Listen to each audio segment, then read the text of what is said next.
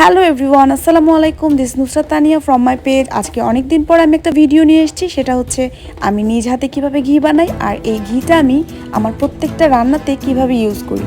Actually প্রত্যেকটা রান্নাতে না, স্পেশালি যখন আমি বিরিয়ানি করি প্লাস এই ধরনের রিচ ফুডে আমি এই ঘিটা ইউজ করি।